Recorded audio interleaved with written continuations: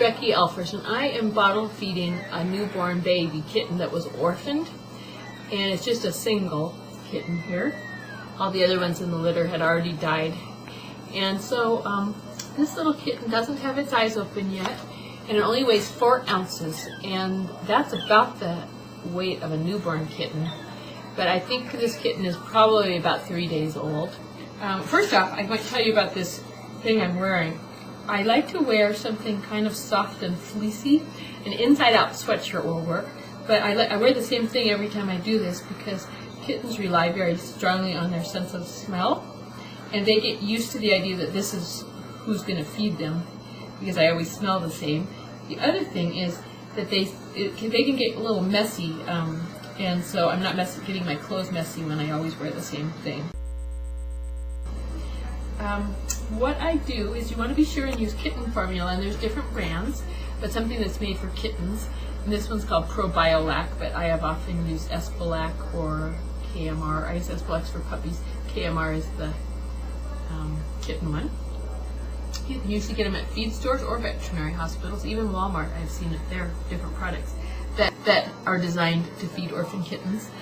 And there's different sized bottles that are made to feed kittens and puppies and other kinds of little orphans, and you usually have to make the hole in the top yourself, and you can use some sharp scissors and make a little X-like slit. We used to have to try to burn the hole, but it was hard to make the hole big enough. And the ideal hole, the milk will just drip out when you turn it upside down. I think this hole might be just a little bit too big. It drips out pretty easily, so no, that's not too bad. You don't want to drip out too fast, so when I hold it upside down, it will just sort of drip even without me squeezing on the bottle. Let's see if it'll drip a little. There it goes. So it drips fairly easily because the kitten's they aren't strong enough to really suck too hard. What I do is I have a mug and I heat up a cup of water in the microwave. And then I set the baby bottle with the formula in it in the cup, and I let it sit for a little while, and that's how I warm it up. And what I like to do, if I even have a whole litter of 4 kittens that I'm feeding, I like to have 1 bottle per kitten. And in the morning, I will fill it to the top, to the 60 ml mark, which is 2 ounces or 4 tablespoons. And I sometimes have had the bottles, if I have 4 kittens, I'll label them number 1 through 4. And that way I keep track of how much each kitten is drinking in a day, because I'll have a goal. For the size of this kitten, I would like her to take in 2 tablespoons in a day, and we're already at 2 tablespoons on the bottle right now, but some of that was drunk by one of the other little kittens in the litter that I was tube feeding, so she still needs more. Let's see, what else can I tell you? Little kittens, I have a little chart, and you can find these, but usually when they're this small and we're just getting started with her, I feed her whenever she starts to cry, and it's only been about 3 hours, so it's about every 3 hours that she needs a meal. And the other thing to remember is that they need to be stimulated to go potty. And so what I'll do is I'll usually keep some Kleenexes close by or some paper towels, and I'll just kind of wipe their little bottom area. And one thing that does for me is when the urine comes out, I want it to be clear, like there's a wet spot now on this little Kleenex, and it just looks like clear fluid. Doesn't have any yellow color to it, and that means I'm getting enough food into this kitten, because if it's yellow, that means they're a little bit dehydrated. And so clear urine is your goal, and if it's coming out yellow, they might need more total formula than they're getting. She just had a little poopy just a little bit ago. She did it, actually, she was so full, a little bit came out in her box. But usually they need to be touched in order to go potty. They usually like to eat kind of in the upright position, the way they would if they were eating from their mama, and she's really nuzzling and looking for food, so she's definitely hungry and ready to go. And if a kitten's too weak to do that, you're not going to have as good of luck. I like to test that it's not too hot by doing the thing where you put it on your wrist, and yeah, that feels good. It doesn't feel too warm.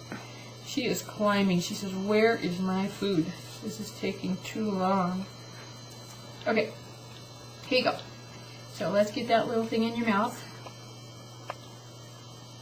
and see if we can get you to start sucking a little bit. There you go.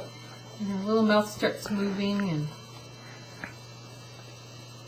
sucking away there. And letting it kind of just drip into her mouth. Okay.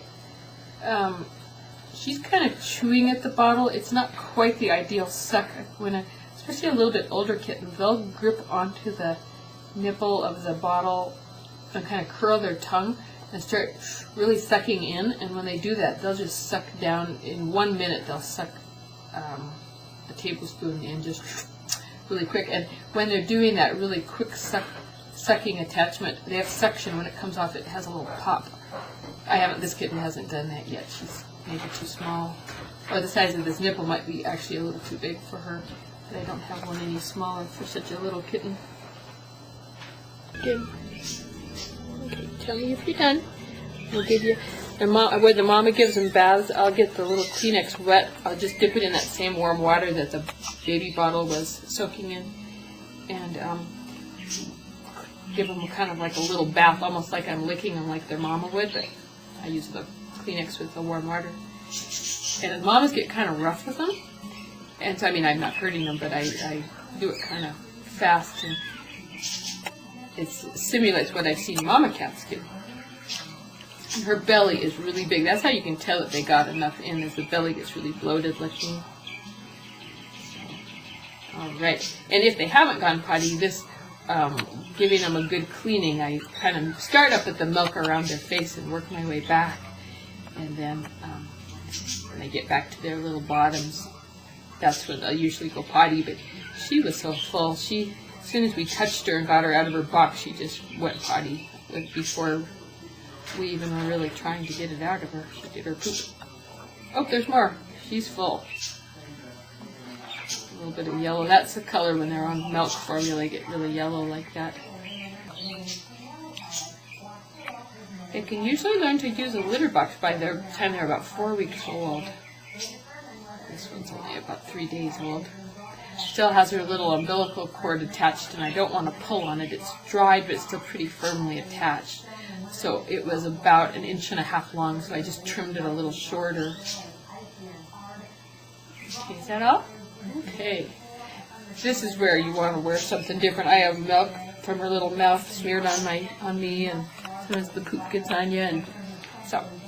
Okay, keeping a kitten warm is really important, because if they're not warm, they will not even digest their milk well, and so they can't regulate their body temperature very well. We're keeping her in a box so the draft won't get in, and then I have a sock that I filled up with rice, and every time I feed her, I warm it up in the microwave for about a minute, and she snuggles up to that like it was her mom. And I have that in the box, and then I cover the whole thing up with a towel, but kind of loosely, so she has some air flow in there. And then put it by our wood stove nearby so that she's in a warm spot.